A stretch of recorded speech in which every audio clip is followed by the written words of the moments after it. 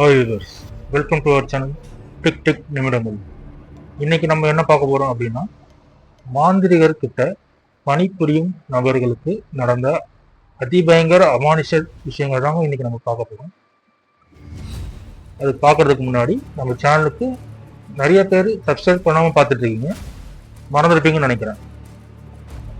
மறக்காம சப்ஸ்கிரைப் பண்ணிட்டு bell icon click பண்ணிக்கோங்க. அப்பதான் நம்ம போடுற வீடியோஸ் உங்களுக்கு உடனே வந்து சேரும்.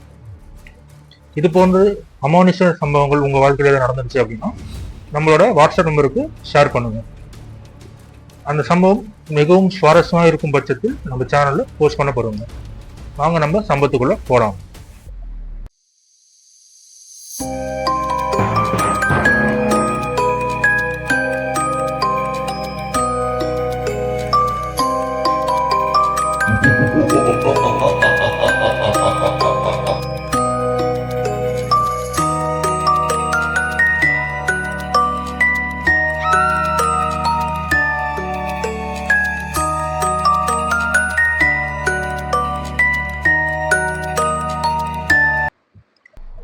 இன்னைக்கு பார்க்க போற சம்பவம் என்ன அப்படின்னா, மயிலாடுதுறை மாவட்டத்துல நடந்த அதிபயங்கர அமானுஷ சம்பவம் தாங்க இது.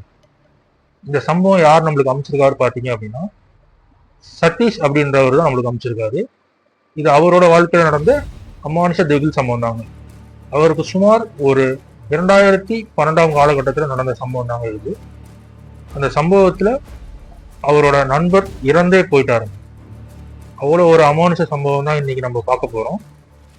இப்போ கதைக்குள்ள போனோம் அப்படின்னா, சதீஷ் வந்து என்ன வேலை செய்யறாரு அப்படின்னு பார்த்தீங்க அப்படின்னா, ஒரு மாந்திரிகர்கிட்ட வந்து வேலை செய்யறாருங்க.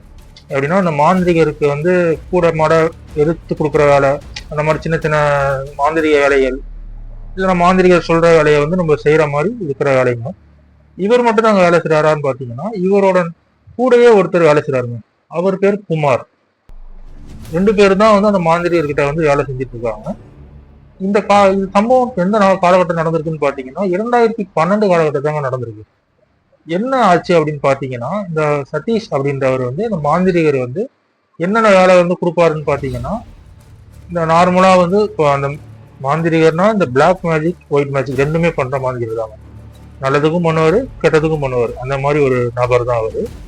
அவருக்கு வந்து என்னென்ன சின்ன சின்ன வேலைகள்லாம் வந்து இந்த சின்ன சின்ன இந்த டிஸ்டி கழிக்கிறது, இந்த சில சின்ன வேலைகள்லாம் வந்து இந்த சதீஷை வச்சு வேலையை வாங்கிக்குவாங்க. சதீஷ் மற்றும் அந்த குமார் அப்படின்ற நபர்கிட்ட சொல்லி பண்ணிக்குவாரு. பெரிய பெரிய விஷயங்கள் வந்து இவர் தான் பண்ணுவார். இவர் யாருக்கும் வந்து சொல்லி தர மாட்டாரு.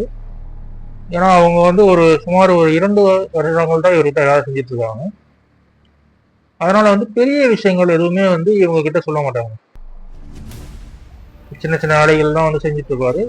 இன்னொரு வேலையும் வந்து இவங்க கிட்ட சொல்லுவாருங்க. என்ன அப்படின்னு பாத்தீங்கன்னா, மாந்திரிகருக்கு வந்து இந்த சுடுகாட்டுல பொணம் எரியும் போது ஒரு கழிவு நீர் வரும். அது வந்து என்னன்னா ஒரு செந்நிறமான ஒரு நீரா வரும்.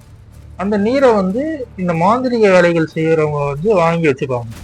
ஏன்னா வந்து அந்த நீரானது வந்து அந்த ஆத்மாவை வந்து கட்டுப்படுத்தி, இப்ப யார் இறந்தாங்களோ அந்த உடம்புல இருந்து வர நீரானது அந்த ஆத்மாவை தன் வசப்படுத்தி ஏதாவது மாந்திரிக தாந்திரிக வேலைகளுக்கு வந்து பயன்படுத்திக்கலாம். அதுக்காக பெரும்பாலும் பாத்தீங்க அப்படின்னா சுடுகாட்டுல இந்த நீரை வந்து யாருக்கும் தரமாட்டாங்க. சில பேர் வந்து காசுக்கு வந்து ஆசைப்பட்டு என்ன பண்ணுவாங்கன்னா அந்த நீரை வந்து கொடுப்பாங்க. அது வந்து அந்த நீர் கொடுக்கும்போது, அந்த கழிவு நீரை கொடுக்கும்போது என்ன ஆகும் அப்படின்னா நிறைய காசு வந்து தருவாங்க. அது எங்கேயும் கிடைக்காது.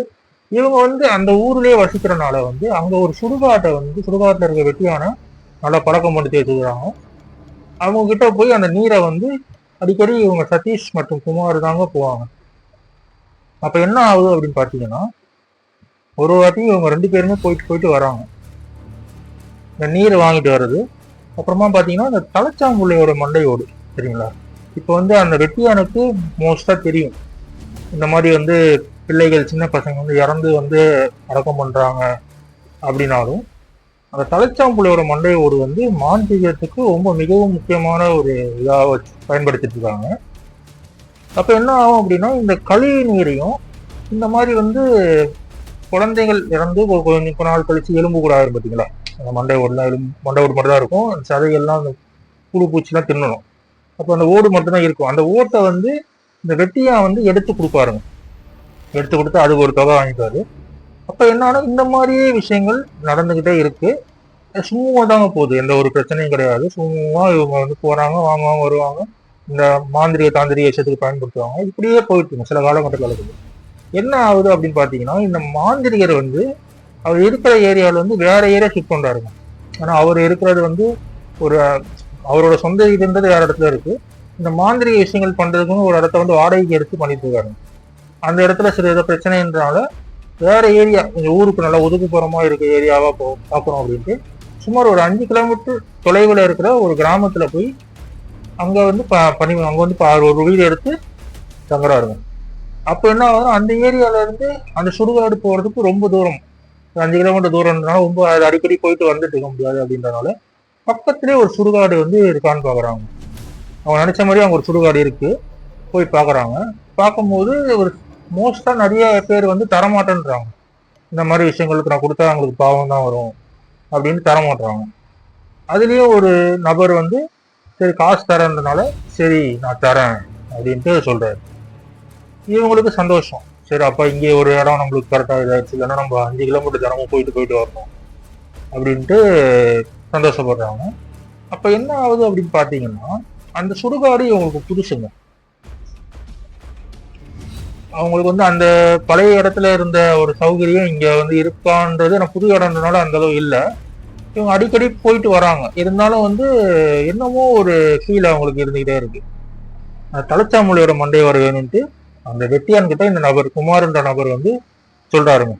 சொன்னானே வந்த பிறகு நான் சொல்றேன்ப்பா அப்படின்ட்டு சொல்றாங்க. சுமார் ஒரு 2 வார காலகட்டத்துல அந்த மாதிரி ஒரு குழந்தை வந்து இறந்து வருது. வந்த பிறகு என்னன்னா இவங்களுக்கு சந்தோஷம், அப்பா நம்ம எப்பயும் கிடைச்சிருச்சு அப்படின்ட்டு வெயிட் பண்ணிட்டு இருக்காங்க. ஏன்னா அந்த மாந்திரிகங்கள் யூஸ் பண்ண என்ன ஆகும்னா அந்த பவர் குறைஞ்சிரும். அப்போ வந்து என்னன்னா ஒரு இதுக்கும் கொஞ்சம் மாட்டிக்கிட்டே இருப்பாங்கன்றனால இந்த மாதிரி குமார் அவர் வந்து நமக்கு சொல்லியிருக்காரு. அப்ப என்ன ஆகும்னா அந்த மாதிரி ஒரு மண்டை ஓடு வந்து கிடைச்சிருக்கு. கிடைச்சவன என்ன பண்றாங்க அப்படின்னா, ஆனா இப்போ புதைச்ச உடனே எடுக்க முடியாதுல்ல. அதனால வந்து கொஞ்சம் நான் காலகட்டங்கள் ஆனாலும் அந்த அந்த சதையெல்லாம் போயிட்டு அந்த ஓடு மட்டும் மிச்சமா இருக்கும், புதைச்சி வைக்கிறாங்க. அதனால ஓடு மிச்சமா இருக்கும்ட்டு பார்த்துருக்காங்க. சுமார் ஒரு 2-3 மாசம் கழிச்சு சரி நம்ம மறுபடியும் தோண்டி பார்க்கலாம் அப்படின்ட்டு என்ன பண்றாங்க, இவர் வந்து குமார்ன்ற நபர் வந்து குமார் மற்றும் சதீஷ் 2 பேருமே கிளம்பி போறாங்க. கிளம்பி போய் அந்த வெட்டியாங்கிட்ட வந்து கேட்கறாங்க. வெட்டியாங்கிட்ட கேட்கலான்னு போகும்போது என்னன்னா வெட்டியான் இல்லை, சுடுகாட்டுல வெட்டியான் இல்லை. ஃபோன் பண்றாங்க, இந்த மாதிரி இன்னைக்கு எடுத்துக்கலாமா அப்படின்ட்டு. இவங்க போனது வந்து பாத்தீங்கன்னா நைட்டு ஒரு 12 மணி அந்த காலகட்டம். ஏன்னா பகல்ல போய் தோணுன்னா ஊர் மக்கள் யாராவது பார்த்தாங்கன்னா பெரிய ஒரு சம்பவம் ஆயிரும். ஆனா வந்து நைட்டுக்கு தான், நைட்டை 12 மணிக்குன்னா ஆள் நடமாட்டது இருக்காதுன்றதுனால இவங்க வந்து போய் பண்ணலாம் அப்படின்ட்டு கிளம்பி போறாங்க. அப்ப என்ன ஆகுதுன்னு பாத்தீங்கன்னா, போகும்போது வெட்டியா இல்லை. ஏன்னா வெட்டியா மோஸ்டா அவர் பக்கத்துலதான் இது, அவர் இல்லை. அவர் என்ன பண்றா, ஃபோன் பண்ணி கேட்கறாங்க. பார்த்தா அவர் ஏதோ ஒரு ஃபங்க்ஷனுக்கு வந்து ஊருக்கு போயிருக்கேன்ப்பா, நான் வர வந்து ஒரு 2 நாள் ஆகும் அப்படின்னு சொல்றாரு. இவங்களுக்கு என்ன பண்றது தெரியல. மாந்திரிகர் அர்ஜென்ட்டா வேணும், ஒரு பூஜை ஒண்ணு பண்ணணும், அதுக்காக வேணும் அப்படின்ட்டு வந்திருக்காங்க. பார்த்தா இல்லை. சரி அவர் என்ன சொல்றாருன்னா, இந்த குறிப்பிட்ட அந்த இடத்த சொல்லி, இந்த இடத்துலதான் வந்து அந்த குழந்தைய வந்து புதைச்சிருக்காங்க, அந்த இடத்துல வந்து நீங்க எடுத்துக்கோங்க அப்படின்னு சொல்றாரு. இவங்க சரி ஓகே வேற வழி இதை நம்ம தான் எடுத்தாகணும் போல இருக்கு அப்படின்ட்டு போறாங்க. 2 பேர் இருக்காங்க. அந்த டூல்ஸ் எல்லாம் எங்க, அந்த மண்வெட்டி அப்படிலாம் இருக்கும்ல, அதெல்லாம் வந்து எங்க இருக்கு அப்படின்ட்டு அந்த வெட்டியான் வந்து இவருக்கு சொல்றாரு. இவரும் போய் எடுத்து தோண்ட ஆரம்பிக்கிறாங்க. தோண்டிக்கிட்டே இருக்காங்க. தோண்டிகிட்டே இருக்கும்போது என்னன்னா கரெக்டா வந்து ஏதோ ஒண்ணு தட்டுப்படுது. தோண்டி எடுக்கும்போது தட்டுப்படுது. சரி நம்மளுக்கு கிடைச்சிருச்சு அப்படின்ட்டு பார்த்தா ஒரு மூட்டை மாதிரி கட்டி வச்சிருக்காங்க. இன்னொரு அது குழந்தைய போய் ஒரு மூட்டை மாதிரியா வைப்பாங்க? தோண்டனா நம்மளுக்கு எப்படின்னா அந்த எலும்பு கூட தெரிஞ்சிருக்கும், இது மூட்டை மாதிரி இருக்கு அப்படின்ட்டு ஒரு சந்தேகம் இருக்கு. திறக்குறாங்க. திறந்து பார்க்கும்போது ஒரு மிகப்பெரிய அதிர்ச்சிக்குள்ளான ஒரு சம்பவம் நாங்க அங்க இருக்கு. என்ன அப்படின்னு பாத்தீங்கன்னா, அந்த இருக்கிறதுன்னு பாத்தீங்கன்னா தலைக்கறியா, முண்டம் தனியா, கை கால் எல்லாமே தனித்தனியா ஒரு பீஸா இருக்குங்க. அது வந்து எலும்பு கூட இல்ல, ஒரு ஒரு நபரோட ஒரு உடல், ஒரு நபரோட உடல். அது பாத்தீங்கன்னா ரீசெண்டா தான் ஒரு 2-3 நாள் முன்னாடி தான் புதைச்சிருப்பாங்க போல இருக்கு. ரொம்பவும் கோரமா இருக்குங்க. ஐயோ என்னடா இது, நம்ம தோண்ட வந்தது பாத்தீங்கன்னா ஒரு குழந்தையோட எலும்பு கூட ஆயிருக்கும் நேரத்துக்கு, இது வந்து இந்த மாதிரி இருக்கு அப்படின்ட்டு அந்த வெட்டியானுக்கு கால் பண்றாங்க. எத்தியான் கால் பண்ணி கேட்கும்போது என்ன சொல்றாருன்னா, நீங்க எந்த வழியா சுடுகாட்டுக்கு வந்தீங்க அப்படின்னு அவர் கேட்கிறாரு. ஏன்னா அந்த சுடுகாட்டுக்கு பார்த்தீங்கன்னா 2 வாசல் இருக்குங்க. 2 வழியாகவும் அந்த சுடுகாட்டுக்கு உள்ள வரலாம். அப்போ வரும்போது என்னன்னா, இவங்க அவர் சொன்னது ஒரு வழி சொல்லி இந்த இத்தனை 3வது 4வது இதுல வந்து புதைச்சிருக்காங்கப்பா அப்படின்னு சொல்லியிருக்காரு. இவங்க வந்தது வேற வழியா வந்துட்டாங்க. வேற வழியா வந்ததுனால என்ன ஆகுதுன்னா குழப்பம் ஆயிடுச்சு. ஐயோ இதெல்லாம் இந்த மாதிரி தோண்டிட்டோமே அப்படின்ட்டு. சரி இவங்க மாந்திரிக விஷயத்துல இருக்கிறதுனால பெருசா பயம் ஒன்றும் இல்லை. சரி ஒன்றும் பிரச்சனை இல்லை அப்படின்ட்டு மூடிடுறாங்க. மூடிட்டு வெளியே வந்துடுறாங்க. வெளியே வந்து அந்த மண்ணெல்லாம் தள்ளி லெவல் பண்ணிடுறாங்க. லெவல் பண்ணிட்டு இருக்கும்போது அவங்க பார்த்தீங்கன்னா அப்படியே மயான அமைதியாகும். ஏன்னா இவ்வளவு நேரம் வந்து நைட் நேரம்ன்றனால இந்த பூச்சி சத்தம் அந்த மாதிரி ஒரு சத்தமா கேட்டுட்டு தாங்க இருந்திருக்கு. இப்போ பார்த்தீங்கன்னா ஒரு சவுண்டும் இல்லை. அப்படியே ஒரு பின் டிராப் சைலண்ட், எந்த ஒரு சத்தமும் இல்லாம அப்படியே அமைதியாகுது. இவங்களுக்கு ஒரே குழப்பம், என்னடா அது திடீர்னு இந்த மாதிரி ஆகுது. ஏன்னா அவங்க மாந்திரிகள் இருக்கிறதுனால அந்த சிம்டம்ஸ் தெரியும் போதே அவங்க கொஞ்சம் உஷாராயிடுவாங்க. அப்போ என்ன ஆகுது அப்படின்னு பார்த்தீங்கன்னா, சரி ஒன்றும் பிரச்சனை இல்லை அப்படின்ட்டு அந்த அந்த குழி தோண்டினாங்களா அவர் வந்து ஒரு லெவல் பண்ணிட்டு இருக்காங்க. இவர் சதீஷ் அப்படின்ற நபர் வந்து அங்கே பண்ணிட்டு இருக்காருங்க. அந்த லெவல் பண்றது, அந்த மண்வெட்டியை வச்சு நல்லா இது பண்ணி தட்டிட்டு இருக்காரு. அப்போ வந்து குமார்ன்ற நபர் வந்து சரி நான் எனக்கு யூரின் வர மாதிரி இருக்கிறா, நான் கொஞ்சம் ஓரமா போய் அடிச்சு விட்டு வரேன் அப்படின்னு போறாரு. ஒரு மரத்துக்கு கீழே அங்க ஒரு மரம் இருக்கு, மரத்துக்கு கீழே வந்து போயிட்டு இருக்காரு. போயிட்டு இருக்கும்போது பாத்தீங்கன்னா ஒரு சதீஷ்க்கு டொமால் அப்படின்னு ஒரு சவுண்டு கேக்குது. என்னடா அது ஒரு சவுண்டு கேக்குது அப்படின்ட்டு திரும்பி பார்த்தா ஒரு பெரிய மரக்கிளை வந்து என்ன ஆகுதுன்னா குமாரோட தலையில விழுந்து அவர் அங்கேயே மயங்கி கிடக்குறாரு. இவர் பார்த்து அதிர்ந்து போயிட்டாரு. என்னடா அது இந்த மாதிரி ஒரு விஷயம் ஆயிடுச்சு அப்படின்ட்டு தபதான் ஓடுறாரு. ஓடி போய் அந்த கிளைய வந்து தூக்கவே முடியலங்க. எப்படியோ வந்து அசைச்சு நவுத்தி உருட்டி போட்டுறாரு. போட்டுட்டு குமாரை தட்டி எழுப்புறாரு. உடம்புல அசைவே இல்லை, அப்படியே கிடக்காரு. என்னடா அது இப்படி இருக்காரு அப்படின்ட்டு மூச்சை இருக்கான்னு பாக்குறாரு. பார்த்தா குமார்ன்ற நபர் அங்கேயே இறந்து போயிட்டாரு.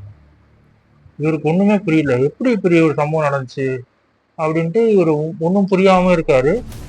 அப்போ வந்து ஒரு மாந்திரிகருக்கு ஃபோன் பண்றாரு. மாந்திரிகர் ஃபோன் பண்ணி இந்த மாதிரி சம்பவம் நடந்துருச்சு, இந்த மாதிரி எடுக்க வந்தோம், வேற ஒருத்தர் தோண்டி எடுத்து பார்க்கும்போது அது வேற ஒரு நபரோட சடலமா இருக்கு அப்படின்ட்டு எல்லா விவரத்தையும் சொல்றாரு. சொன்னா அந்த மாதிரி என்ன சொல்றாருன்னா, நீங்க தோண்டின இடத்துலதான் ஏதோ ஒரு பிரச்சனை நடந்து அதுதான் உங்களுக்கு இந்த மாதிரி விஷயங்கள் வந்து பண்ணிருக்கு. அதனால வந்து முடிஞ்ச அளவுக்கு உன்னோட உயிரை காப்பாத்திட்டு வந்துரு இந்த இடத்துக்கு அப்படின்னு சொல்றாருங்க மாதிரி. இவருக்கு பயம் தாங்கல. இவர் என்னதான் நம்ம ஒரு மாந்திரிக பயிற்சிகளில் ஈடுபட்டு இருந்தாலும் இந்த மாதிரி ஒரு சம்பவம் நடந்ததுக்கு அப்புறம் அவரால் பயத்தை கட்டுப்படுத்த முடியல. அங்க இருந்து தபன்னு வெளியே வர்றாரு. வெளியே வந்தா அவரோட மோட்டார் சைக்கிள் இருக்கு, பைக் இருக்கு, 2 பேருமே அதில் தான் வந்திருக்காங்க. அப்ப என்ன ஆகுனா போய் பாக்குறாரு. பார்த்தா அங்க வந்து சாவின்றது வந்து குமார் கிட்ட தாங்க இருக்கு. குமார் தான் வந்து வண்டியை ஓட்டிட்டு வந்தாரு, அவர்கிட்ட தான் சாவி இருக்கு. இவருக்கு என்ன பண்றதுன்னு தெரியல. மறுபடியும் உள்ள போறாரு. சுடுகாட்டுல பயந்து போறாருங்க.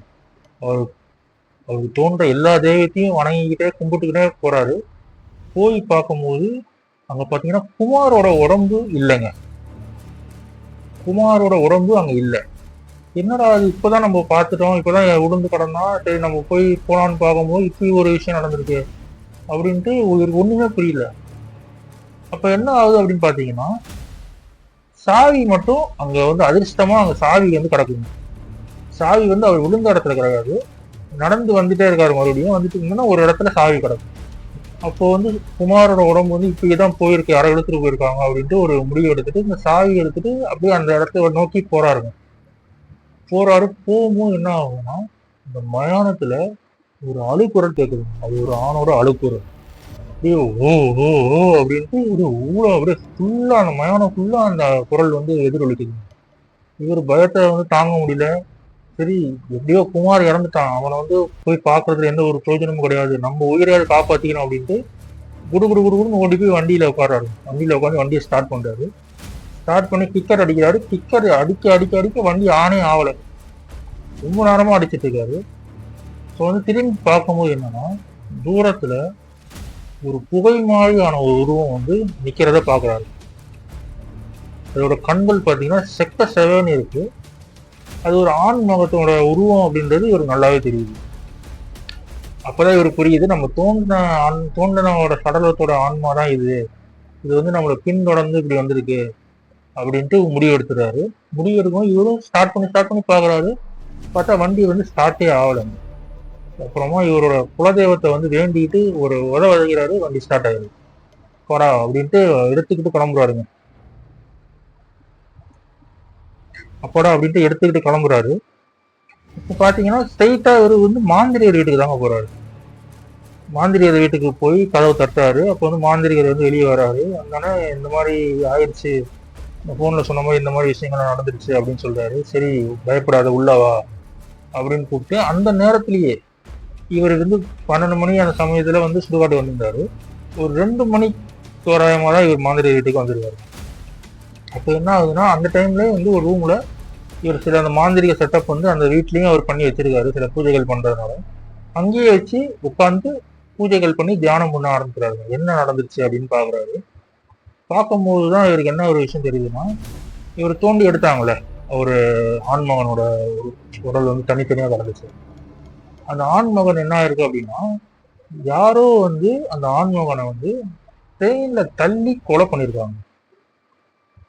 ட்ரெயின் அடிச்சா என்ன உடம்புல பீஸ் பீஸா போயிரும் பார்த்தீங்களா, அந்த மாதிரி இருக்கிற உடலை தான் இவங்க வந்து மூட்டை மாதிரி கட்டி சடங்கெல்லாம் பண்ணி எடுத்துட்டு வந்து புதைச்சிருக்காங்க. ஏன்னா அந்த ஆன்மா என்ன ஆகுதுன்னா, யாரு வந்து தன்னை கொலை பண்ணா அப்படின்றது தெரியலங்க. என்னை கொண்டுட்டாங்க, ஆனா வந்து யார் என்னை கொண்டாங்கன்னு தெரியல. இப்ப இவங்கள வந்து தோண்டி இது பண்ணும்போது பார்த்துட்டாங்க. இவங்க தோண்டி எடுத்து பார்க்கும்போது இவங்க தான் நம்மளை வந்து கொலை பண்ணியிருப்பாங்க அப்படின்ட்டு அந்த ஆன்மா வந்து முடிவு எடுத்துருது. முடிவு எடுத்ததுனாலதான் வந்து அவரை குமாரண்டன் அவரை வந்து ஸ்பாட்லேயே காலி பண்ணிடுச்சு. அடுத்து வந்து இவரையும் அங்கேயும் முடிக்கலான்னு தான் பார்த்துருக்கு. என்னவோ இவரோட குலதெய்வம் துணை இருக்கிறனாலதான் இவரை வந்து கொல்ல முடியல அப்படின்ட்டு இந்த மாந்திரிகர் வந்து கணிக்கிறாரு. இந்த மாதிரி விஷயங்கள்லாம் ஒன்று நடந்திருக்கு அப்படின்னு கணிக்கிறாருங்க. இவருக்கு தான் பயம் தாங்க முடியல, எனக்கு வந்து ஏதாவது ஒன்று பண்ணுங்க, அந்த ஆன்மா வந்து எனக்கு கொன்றும் அப்படின்னு சொல்லும் போது ஒன்றும் பிரச்சனை இல்லைப்போ நம்ம அது. அவர் மாந்திரிகர் எல்லா விஷயமும் அவர் பார்த்துருப்பாரு. இவர் அப்புறம் என்ன பண்றாரு அப்படின்னா, சரி இன்னைக்கு நைட்டு மட்டும் இங்கேயே தங்கிடு, நாளைக்கு வந்து உனக்கு நம்ம இடத்துல போய் உனக்கு நல்ல ஒரு பூஜை பண்ணி அந்த ஆன்மாவை கட்டிடலாம் அப்படின்னு சொல்றாரு. அடுத்த நாள் வருது. அடுத்த நாள் பாத்தீங்கன்னா வெட்டியானும் அவரும் வந்து சுடுகாட்டுக்கு வந்துடுறாரு. ஊருக்கு போனாலும் அவருக்கு ஃபோன் பண்ணி சொல்லிட்டாங்க. அடுத்த நாளே அவர் வந்துடுறாரு என்னாச்சு அப்படின்ட்டு. அவரோட ஃப்ரெண்டோட பாடியை வந்து அங்கேயே புதைக்கிறாங்க. அங்கேயே வந்து சில விஷயங்கள்லாம் பண்ணி புதைச்சிடுறாங்க. அது இது வந்து என்னன்னு நம்ம சொல்லக்கூடாது, ஏன்னா நைட்டு இப்படி இந்த மாதிரி வந்து தெரிஞ்சிருந்தா மற்றவங்களுக்கு பிரச்சனை அப்படின்ட்டு அங்கேயே அவரை வந்து புதைச்சிடுறாங்க. வச்சு சாடமெல்லாம் பண்ணி தான் புதைக்கிறாங்க. அப்புறமா வந்து இந்த மாந்திரியரோட இந்த மாந்திரியம் பண்ற இடத்துக்கு வராங்க. இவரும் சதீஷும் போறாங்க. போய் இவருக்கான அந்த பூஜைகள்ல வந்து ஒரு சக்கரம் போய் போட்டு ஒரு நடுவில் உட்கார வச்சு ஒரு பூஜையை ஆரம்பிக்கிறாரு. ஆரம்பிச்சு ஒரு 2 கோழி, ஒரு ஆடு எல்லாமே வச்சிருக்காரு. அப்போ என்ன ஆகுது அப்படின்னா, அந்த ஆன்மாவை வந்து ஒரு பூஜை பண்ணி அவர் வர வைக்கிறாரு. அந்த இடத்துக்கு வர வைக்கிறது.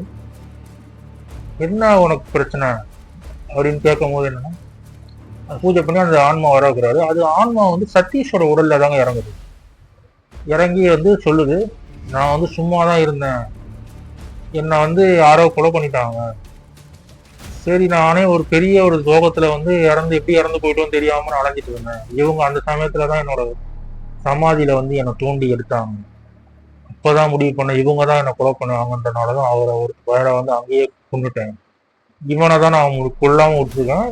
ஏன்னா இவரோட குலதெய்வம் வந்து இவருக்கு துணையா இருக்கிறனால என்னோட தொட முடியல அப்படின்னு சொல்லுதுங்க.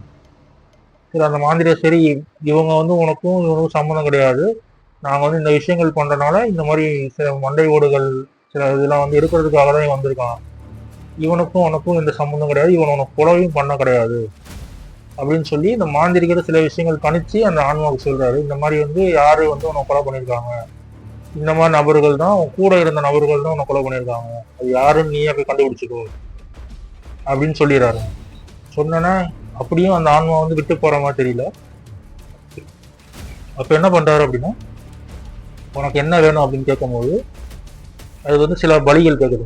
கோழி, ஆடு அந்த மாதிரி பலிகள் எனக்கு கொடுங்க, ரொம்ப நாளா நான் சாப்பிடாம இருக்கேன், எனக்கு ஏதாவது பலி ஏதாவது கொடுத்தாதான் நான் கொஞ்சம் போவேன் அப்படின்னு சொல்லுது. சொல்லும் போது இவர் ஏற்கனவே ஆல்ரெடி 2 கோழி ஒரு ஆடு அப்படிலாம் வச்சிருக்காரு. அதெல்லாம் அறுத்து அந்த ஆன்மாவுக்கு கொடுக்குறாரு. சதீஷோட உடம்புல இருந்தே அந்த ஆன்மா வந்து எல்லாத்தையும் எல்லாத்தோட ரத்தத்தை அப்படி குடிக்குது, ஒரு அடுத்தடுத்து தராரு, அது எல்லாத்தையும் அப்படியே குடிக்குதுங்க. குடிச்சு சக்கையை அப்படி தூக்கி போடுது. போட்டுட்டு சரி நான் போயிடுறேன், இதுக்கப்புறம் இந்த பையன் உடம்புல நான் வரமாட்டேன் அப்படின்ட்டு சத்தியம் அப்போ கொடுத்துட்டு போதுங்க. அதுக்கப்புறம் சதீஷ் வாழ்க்கையில அந்த ஆன்மா வந்து எந்த ஒரு பாதிப்பும் வந்து விளைவிக்கல. ஆனா வந்து குமார்ன்ற நபர் உயிர் வந்து அங்க போயிருச்சுங்க. ஆனா அவர் என்ன அவர் ஒரு இது பண்ணல. அவர் பாத்தீங்கன்னா அவரோட வேலைகள்ல தான் அவர் ஈடுபட்டிருக்காரு. ஆனா வந்து இந்த மாதிரி செயல் பண்றதும் மிகவும் தவறான விஷயம். ஏன்னா வந்து தலைச்சம்புள்ள மண்டையோடு எடுக்கிறாங்க, எடுத்து அந்த பூஜைகள்ல அந்த ஆன்மாவை வச்சுதான் இவங்க வந்து அந்த பூஜைகள்ல பண்றாங்க. அதே மாதிரி அந்த கழிவு நீரும் அப்படிதான். இது வந்து நம்ம மாந்திரிக விஷயத்துக்கு பயன்படுத்துற வாங்கினாலும் அந்த ஆன்மாவை வந்து நம்ம எப்பவுமே வந்து தொந்தரவு பண்ணக்கூடாது. நம்ம தொந்தரவு பண்ணோம் அப்படின்னா இந்த மாதிரி ஒரு மிகவும் அபாயகரமான விஷயத்துல போய் நம்ம மாற்றுறது உறுதியா இருக்கும். ஆனால் எல்லா ஆன்மாவும் நம்ம கட்டுப்படுத்த முடியும்னு நினைச்சா அது முடியாத ஒரு காரியம். அதனால இந்த மாதிரி விஷயங்கள்ல வந்து யாரும் ஈடுபடாமல் இருக்கிறது ரொம்ப நல்லது. இப்படிதாங்க சதீஷோட வாழ்க்கையில இந்த சம்பவம் வந்து நடந்து முடிஞ்சிருக்கு. இந்த கதையை நம்மளுக்கு அனுப்பி தந்த சதீஷுக்கு ஒரு நன்றியை வந்து சொல்லிக்கலாங்க.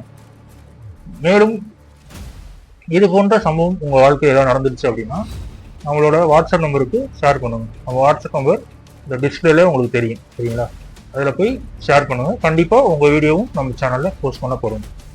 மேலும் ஒரு நல்ல த்ரில்லிங்கான சம்பவத்தோட உங்களை வந்து சந்திக்கிறாங்க. And then bye friends.